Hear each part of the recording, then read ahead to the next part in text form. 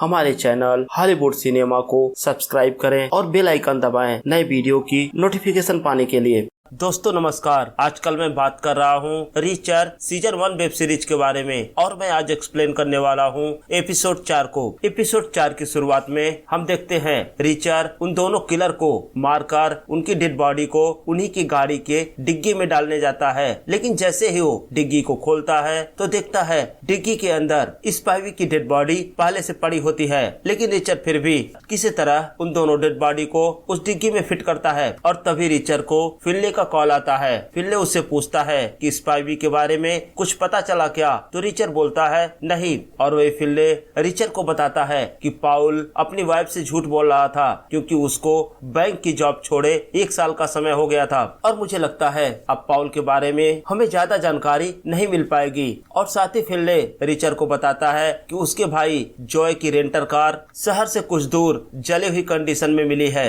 अब scene shift होता है और हम देखते हैं रिचर, रॉस्को और फिनले उस जली हुई कार की जगह पर जाते हैं। तो रिचर गाड़ी की चेकिंग करता है तो उन्हें बताता है इस गाड़ी में आग अपने आप नहीं लगी थी, इसमें आग लगाई गई थी। और उसके बाद रिचर जली हुई कार का चेचिस नंबर पता करता है। तो फिनले अपनी टीम को चेचिस नंबर शेयर करता है और उस कार के बारे में पता लगाने को बोलता है। अब रॉस्को रिचर से पूछती है कि स्पाइवी का क्या हुआ, तो रिचर बताता है स्पाइवी मारा जा चुका है और स्पाइवी की डेड बॉडी जिन लोगों के कार में मिली थी वो दोनों मुझे मारना चाहते थे, इसलिए मुझे उन दोनों को गोली मारनी पड़ी। तो फिनले रिचर पर नाराज होता है और उसको बोलता है तुम हर उस आदमी को गोली मार देते हो जिससे हमें कुछ जानकारी मिल सके। तो रिचर बोलता है पहले मैं अपनी जान बचाऊंगा फिर बाद में कुछ भी। तो फिनले रिचर को बोलता है ठीक है, अब हमें पुलिस को इन्फॉर्म करना होगा, वो लोग उन डेड बॉडी की जांच करेंगे और उनके बारे में पता लगाएंगे। लेकिन रिचर बोलता है अगर हमने ऐसा किया तो स्टेट पुलिस इस केस में इन्वॉल्व हो जाएगी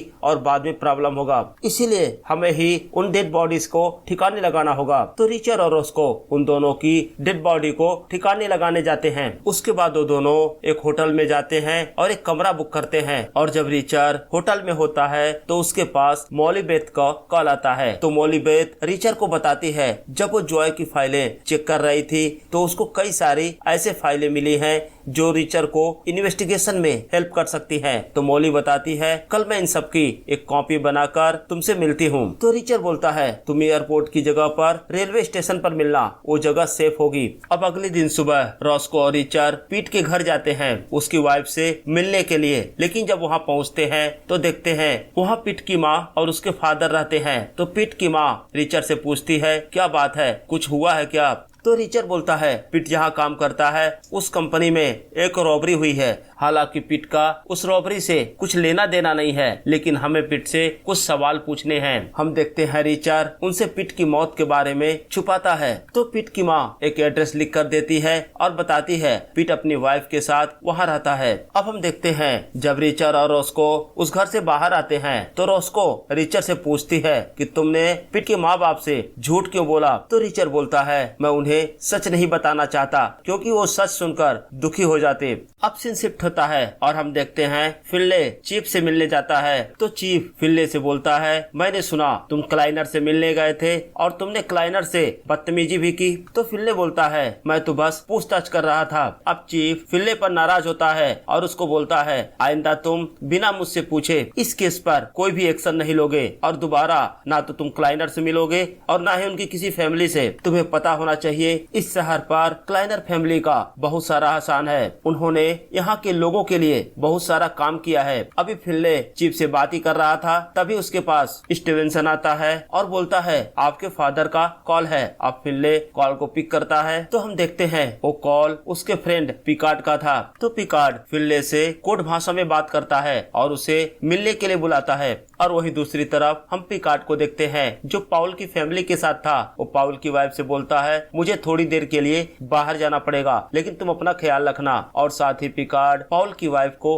अपनी सर्विस गन देता है, उसको बोलता है अगर जरूरत पड़े तो चलाने से चूकना मत। और वही दूसरी तरफ हम देखते हैं रॉस्को और रिचर पीट जॉबली के घर जाते हैं और उसकी वाइफ से मिलते हैं। और वही रिचर और रॉस्को नोटिस करते हैं कि पीट जॉबली का घर काफी शानदार होता है, एक नॉर्मल ट्रक ड्राइवर का घर इतना शानदार होना अपने आप में शक पैदा करता है। और वही रास्को जब पिट जॉबली की वाइफ को बताती है कि उसका हस्बैंड मारा जा चुका है, तो पिट की वाइफ बोलती है मुझे उसकी मौत का कोई अफसोस नहीं है, क्योंकि वो जिस रास्ते पे चल रहा था एक दिन तो ये होना ही था। उसकी बातें सुनकर रोस्को और रिचर्ड दोनों शौक रह जाते हैं। वो बताती है कि पिट क्लाइनर इंडस्ट्री का एसी लेकर मियामी जाता था, लेकिन रास्ते में वो एसी के कुछ बॉक्सेस की हेरा फेरी करता था और उससे पैसा कमाता था। हो सकता है कोई बॉक्स अभी भी गराज में पड़ा हो। तो पिट की वाइफ रास्को और रिचर्ड को गराज में ले जाती है। वो देखते हैं वहाँ एसी का एक बॉक्स पड़ा होता है। तो रिचर्ड पूछता है जिस दिन पिट मारा गया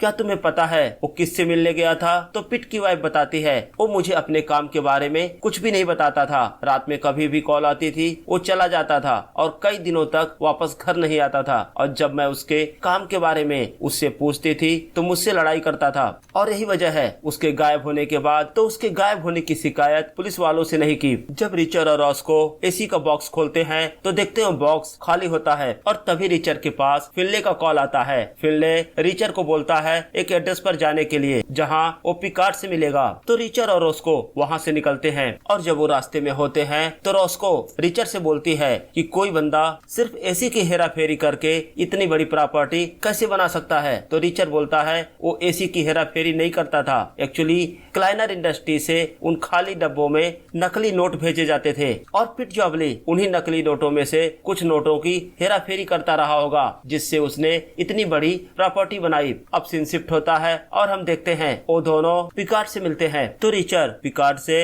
उस जली हुई कार के बारे में पूछता है। तो पिकार्ड बोलता है उसके बारे में मैंने पता लगाया तो मुझे पता चला वो कार रेंट पर ली गई थी और फिर वही कार मार्गरेट से 40 मील दूर एक होटल में देखी गई थी और कार और मोटल दोनों रॉन्ग हैसी नाम के एक आदमी ने रेंट पे लिया था। तो पीटर बोलता है वो मेरा भाई था, क्योंकि जॉय कभी कभी अपना नाम रॉन्ग हैसी यूज करता था। तो रोस्को रिचर्ड से बोलती है हमें उस मोटल में एक बार जाना चाहिए और वहाँ चेक करना चाहिए, हो सकता है हमें वहाँ कोई सबूत मिल जाए। तो पिकार्ड रिचर्ड को उस मोटल का एड्रेस देता है और साथ ही ये बोलता है कि जल्द से जल्द इस केस को सॉल्व करो, नहीं तो मेरी नौकरी चली जाएगी। अब रिचर्ड और रोस्को उस मोटल में जाते हैं। वहाँ के रिसेप्शन पे रॉन्ग हैसी के बारे में पूछताछ करते हैं और उससे बोलते हैं उसके कमरे की हमें तलाशी लेनी है, हमें लगता है वो अपना कुछ सामान यहाँ छोड़ गया था। तो रिसेप्शनिस्ट बोलता है हाँ उसने एक ब्रीफकेस यहाँ छोड़ा था, लेकिन 20 मिनट पहले ही एक आदमी आया और वो ब्रीफकेस लेकर चला गया। तो रिचर्ड रॉस्को से पूछता है एक बात बताओ, अगर तुम्हें भारी ब्रीफकेस लेकर भागना हो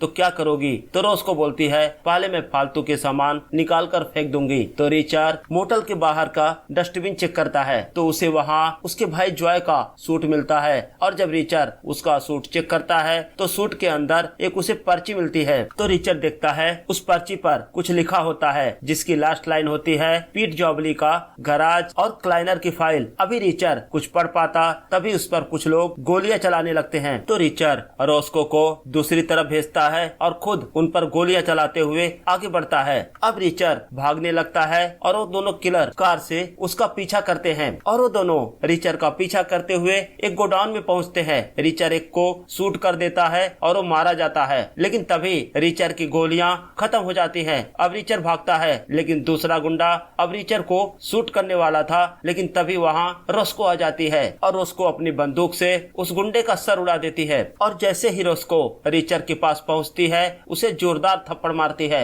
बोलती है मेरी जान बचाने के लिए तुमने अपनी जान खतरे में क्यों डाली? तो रिचर्ड बोलता है अगर जॉय के बाद मुझे किसी की फिक्र है तो वो तुम्हारी। अब रिचर्ड की बातें सुनकर रोस्को भी चुप हो जाती है और अब रिचर्ड के पास फिनले का कॉल आता है और फिनले पूछता है क्या तुम्हें कोई जानकारी मिली? तो रिचर्ड बोलता है जानकारी मिलने से पहले 2 किलर आ गए और उन्होंने हम पर गोलियां चलाई और हर बार की तरह हमने उन्हें मार गिराया। तो रोस्को फिनले से पूछती है एक बात बताओ, हमारे पहुंचने से पहले वो किलर मोटल कैसे पहुंचे? तो फिनले बताता है मेरा कॉल स्टीवेंसन ने पिक किया था और मुझे लगता है स्टीवेंसन भी उन लोगों से मिला हुआ है। तो फिल्ले बोलता है हमें मिलना होगा किसी सुनसान जगह पे। तो रॉस्को बताती है शहर से काफी दूर एक बंद पड़ा फार्म हाउस है, वहाँ हम मिल सकते हैं। अब वो तीनों उस फार्म हाउस पर मिलते हैं और जॉय के लिखे हुए उस नोट को समझने की कोशिश करते हैं, जिनमें पहले 3 नंबर लिखे होते हैं और फिर अगला लाइन जिसमें लिखा होता है जॉबली का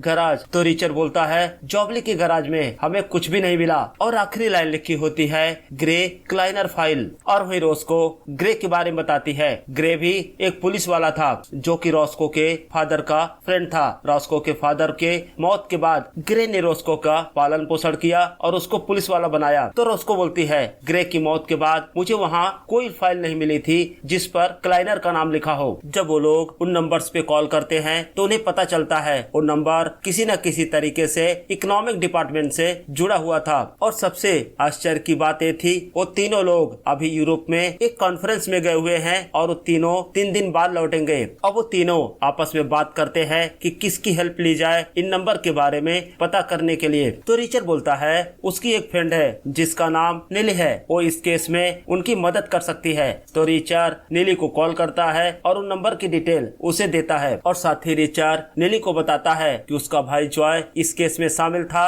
और मारा जा चुका है। अब सीन शिफ्ट होता है और हम देखते हैं तीनों मॉलीबेथ से मिलने मेट्रो स्टेशन जाते हैं। तो मॉलीबेथ रिचर्ड को देखते ही पहचान जाती है और मॉलीबेथ उनको एस्केलेटर की तरफ इशारा करती है। वो तीनों एस्केलेटर के सामने जाकर उसका इंतजार करते हैं, लेकिन थोड़ी देर इंतजार करने के बाद भी मॉलीबेथ ऊपर नहीं आती। तो रिचर्ड को शक हो जाता है कि कुछ गड़बड़ है। वो तीनों प्लेटफॉर्म के अलग अलग एरिया में मॉलीबेथ को सर्च करते हैं। तो रिचर्ड देखता है मॉलीबेथ का बैग ट्रेन की पटरियों के बीच में पड़ा था। वो बैग को उठाता है, देखता है बैग खाली होता है। रिचर्ड आगे बढ़ता है तो देखता है मॉलीबेथ को किसी ने चाकू मार दिया था, वो घायल थी। अब रिचर्ड मॉलीबेथ के पास पहुंचता है, वो घायल होती है, वो उसे उठाता है, लेकिन हम देखते हैं मॉलीबेथ रिचर्ड के हाथों में दम तोड़ देती है। और इसी के साथ एपिसोड 4 यही समाप्त हो जाता है। तो दोस्तों कमेंट सेक्शन में हमें जरूर बताएं आपको ये वीडियो कैसा लगा, और अगर अभी तक आपने मेरे चैनल को सब्सक्राइब नहीं किया है तो प्लीज सब्सक्राइब करें। और मिलते हैं अगले वीडियो में, तब तक के लिए जय हिंद दोस्तों।